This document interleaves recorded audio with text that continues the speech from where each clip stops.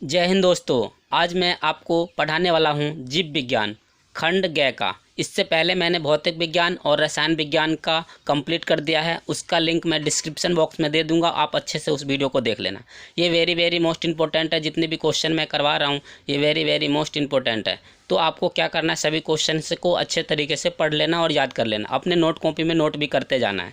तो देखिए यहाँ पर लिखा हुआ है अंक 70। ये 70 अंक आपको पूरे दिलवाऊंगा और ये बोर्ड एग्जाम में आने वाला टपक से टपकने वाला प्रश्न है, तो आपको अच्छे से देख लेना है। उससे पहले मैं कुछ बातें आपको बता देता हूँ।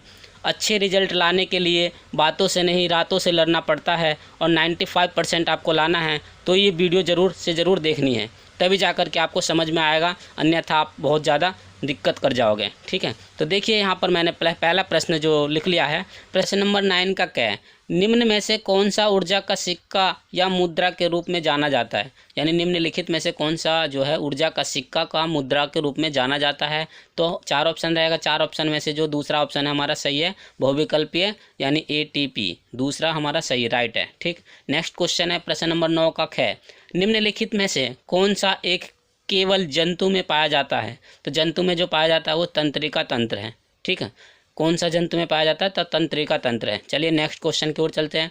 नेक्स्ट क्वेश्चन है हमारा ग, मेंडल में अपना प्रयोग निम्न में से किस पौधे पर किया था। यानी मेंडल नाम का जो वैज्ञानिक था उन्होंने निम्न में से किस पौधे पर अपना प्रयोग किया था। तो देखिए मटर के पौधे पर उन्होंने प्रयोग किया था। ये वेरी मोस्ट इंपॉर्टेंट है। जितने भी क्वेश्चन मैं करवा रहा हूँ वेरी मोस्ट इंपॉर्टेंट है। तो आपको क्या करना, सभी क्वेश्चन का नोट करते जाना है। ठीक है, देखिए नेक्स्ट क्वेश्चन है हमारा प्रश्न नंबर 9 का घ, निम्नलिखित में से कौन सी एक परावैंगनिक किरणें को पृथ्वी पर आने से रोकती है। यानी परावैंगनिक किरणें जो है पृथ्वी पर आने से रोकती है, कौन सी ऐसी परत है। तो देखिए ओजोन परत है।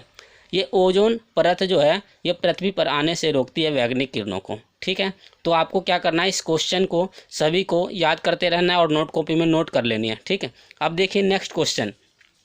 जो नेक्स्ट क्वेश्चन है हमारा क्वेश्चन नंबर 10 का क्या है, ये खाद्य श्रृंखला से आप क्या समझते हैं, स्पष्ट कीजिए।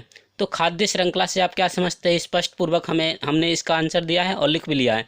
तो आपको अच्छे से देख लेना है। देखिए सबसे पहले आपको उत्तर लिखना है। उत्तर में आपको क्या करना है, किसी भी जीव को जीवित रहने के लिए एक दूसरे को खाकर ही जीवित रह सकते हैं, उसे ही खाद्य श्रृंखला कहते हैं। मान लीजिए यदि कोई जीव है, ठीक है, तो जीवों को जीव खा करके ही जीवित रह सकते हैं, तो उसे ही खाद्य श्रृंखला कहते हैं।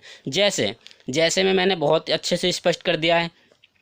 मेढक जो है सांप को खा करके, मेढक सांप को खाता है और बाज जो है सांप को खाता है, या सांप बाज को भी खा जाता है। तो इस प्रकार से जो है ये एग्जाम्पल हो गया। ठीक, इसके बाद है छोटी मछली। छोटी मछली जो है बड़ी मछली छोटी मछली को खा जाता है, और बगुला, बत्तख और सारस ये दोनों मछली को खा जाता है। ठीक, यही तो है हमारा खाद्य श्रृंखला, इसका एग्जाम्पल। ठीक है, नेक्स्ट क्वेश्चन की ओर चलते हैं। नेक्स्ट क्वेश्चन है हमारा क्वेश्चन नंबर 10 का ख, जनन स्वस्थ पर संक्षिप्त टिप्पणी लिखिए। यानी एक टिप्पणी लिखनी है जनन स्वस्थ पर। तो देखिए बहुत अच्छा से मैंने लिखा है, आपको अच्छे से समझ लेना है। तो देखिए मैंने यहाँ पर क्या लिखा है, उत्तर में लैंगिक परिपक्वता एक क्रमिक प्रक्रम है, यह शारीरिक रूप से समय समय पर बदलती रहती है। यानी कि लैंगिक परिपक्वता यह एक क्रमिक प्रक्रम है जो कि शारीरिक रूप से ये समय समय पर बदलती रहती है। ठीक है, वेरी मोस्ट इम्पोर्टेंट है, इसको आप नोट कर लेना। फिर इसके बाद देखिए यहाँ पर लिखा है हमने यांत्रिक अवरोध। यांत्रिक अवरोध हमने हेडिंग डाल दिया। इनमें से एक युक्ति का उपयोग किया जाता है जो कि शुक्राणु को अंडकोशिका तक पहुंचाने से रोक सके। ठीक है, यांत्रिक अवरोध ये बहुत ही अच्छा है, इसका मतलब की हेडिंग और इसी का है, इसी का उत्तर मैंने लिख लिया है। चलिए नेक्स्ट की ओर चलते हैं और आपको स्टेप बाय स्टेप आपको सब कुछ दिखा देता हूँ। देखिए नेक्स्ट क्वेश्चन हमारा क्या है, प्रश्न नंबर 10 का ग, पराग कोश का एक नामांकित चित्र बनाइए। पराग कोश का एक नामांकित चित्र बनाना है और अच्छे तरीके से बनाना है, जो कि बट्टे में से बट्टे नंबर दे दे। ये आपका पराग कोश का जो नामांकित चित्र 4 नंबर में आता है, वेरी मोस्ट इंपॉर्टेंट है, तो अच्छे से देख लेना है। सबसे पहले देखिए ये हमें बनाना है A नंबर पर, ये कलियाँ बना देनी है। ठीक, इसी प्रकार से पेंसिल से बनाना है, फिर आपको अच्छे से सजा देना है। फिर इसके बाद देखिए दूसरा हमने बना दिया है जो कि इसका नाम है परागन। ये जो हमारा पहले वाला है इसका नाम परागन, दूसरे का नाम है परागपुट। ठीक है। तो इस डायग्राम को अच्छे से आपको समझ लेनी है और अच्छे से बना लेनी है। वेरी वेरी मोस्ट इंपॉर्टेंट है बोर्ड एग्जाम में 2023 में। ये टपक से टपकने वाले प्रश्न हैं, तो आपको अच्छे तरीके से इसको नोट कर लेनी है और नोट कॉपी में इसे अभी जा करके बना लेना है, ठीक है। चलिए नेक्स्ट क्वेश्चन की ओर चलते हैं और देखिए नेक्स्ट क्वेश्चन हमारा क्या है, 11। क्वेश्चन नंबर 11 का क्या है, खाद्य श्रृंखला से आप क्या समझते हैं, ठीक। जो कि मैंने पीछे करवा दिया, ये दोबारा आ गया, ये 4 नंबर में आता है, ये दोबारा से ये क्वेश्चन आ रहा है, तो इसे भी अब मैंने पीछे करवा दिया है, इसको दोबारा से याद कर लेना, ठीक। फिर इसके बाद क्वेश्चन नंबर 11 का क्या है, फिर मैंने इसका क्या क्या कहीं लिख लिया मैंने 2 बार। प्रश्न नंबर 11 का क्या है, यहाँ पर लिखा हुआ है पुनरुद्ध भवन यानी पूर्ण जनन यानी वह मुकुलन में अंतर करे, पूर्ण जनन, ठीक। यानी कि पुनरुद्ध भवन, पूर्ण जनन व मुकुल में अंतर करे। तो आपको ये क्वेश्चन याद है तो आपको कर देना, अगर नहीं याद है तो कोई दिक्कत नहीं है, मैंने दूसरा क्वेश्चन का आंसर लिख लिया है, अथवा में आएगा, दोनों में से कोई एक कर देना है। तो देखिए यहाँ पर लिखा मैंने, मानव में लिंग निर्धारण प्रक्रिया का वर्णन कीजिए। मानव यानी मनुष्य में लिंग निर्धारण प्रक्रिया का वर्णन कीजिए, ठीक। वेरी वेरी मोस्ट इंपॉर्टेंट है, आप अच्छे से स्टेप बाय स्टेप सब कुछ देख लेना है। देखिए इसका उत्तर मैंने बहुत ही अच्छे से लिखा है, इस उत्तर को अच्छे से देख लेना है। तो देखिए मनुष्य की सभी कायिका तथा जनन कोशिकाओं में 46 गुणसूत्र होते हैं। कितने? 46 गुणसूत्र होते हैं। इनमें से 44 गुणसूत्र के 22 समाजात जोड़े होते हैं, जिन्हें ऑटोसोम भी कहते हैं। ऑटोसोम भी कहते हैं, आपके एग्जाम्पल में भी आ सकता है ये ऑब्जेक्टिव टाइप का क्वेश्चन कि 22 समाजात जोड़े होते हैं, किसमें? ऑटोसोम भी कहते हैं, ठीक है। इस प्रकार से इसका पहला है, पुरुष की जनन कोशिका में 22 जोड़ा प्लस XY बराबर 46 यानी 46 गुणसूत्र होते हैं। स्त्री की जनन में, दूसरा है हमारा, स्त्री की जनन कोशिका में 22 जोड़ा XY प्लस 46 गुणसूत्र होते हैं।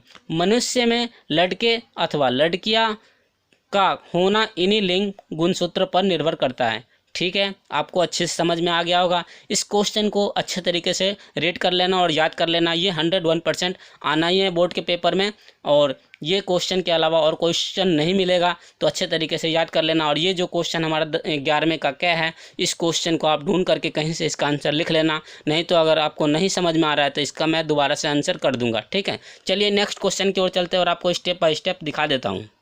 ये क्वेश्चन जो पूरी तरह से हुआ नहीं था, इसका उत्तर पीछे भी है। तो ये है, हमने लिख लिया है, मनुष्य में लिंग निर्धारण कैसे करते हैं, तो किस प्रकार से करेंगे। तो यहाँ पर हमने लिख दिया पुरुष, यहाँ लिख दिया हमने स्त्री।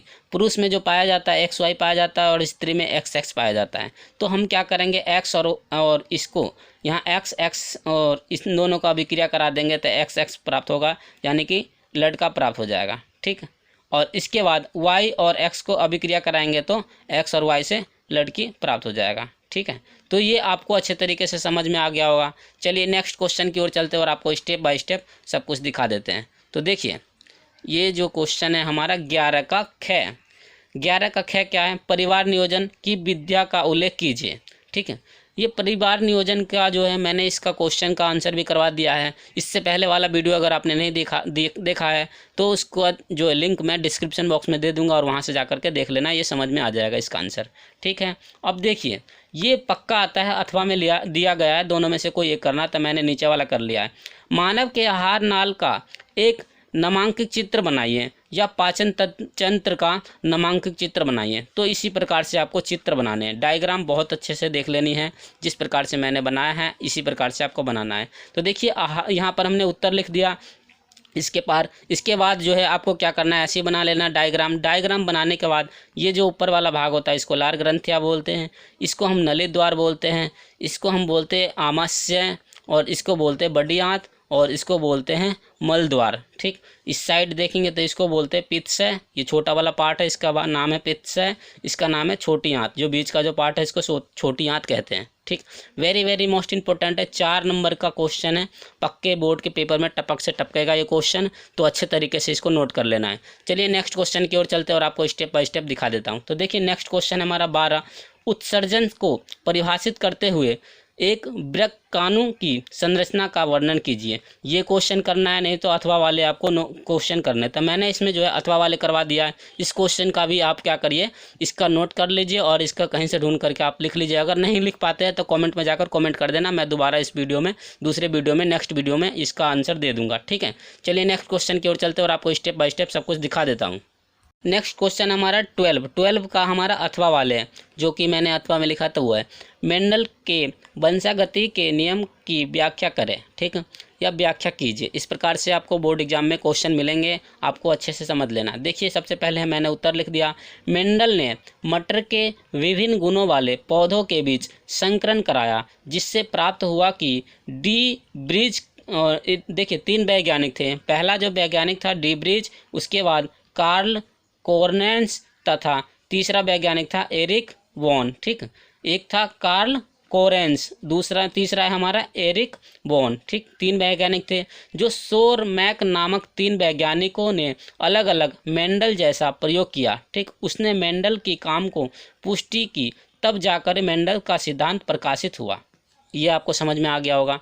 ठीक है, अब इसके बाद इसका 3 नियम था। इन्होंने 3 नियम कौन कौन से इन्होंने सिद्ध किया, तो देखिए पहला है प्रभाविता का नियम।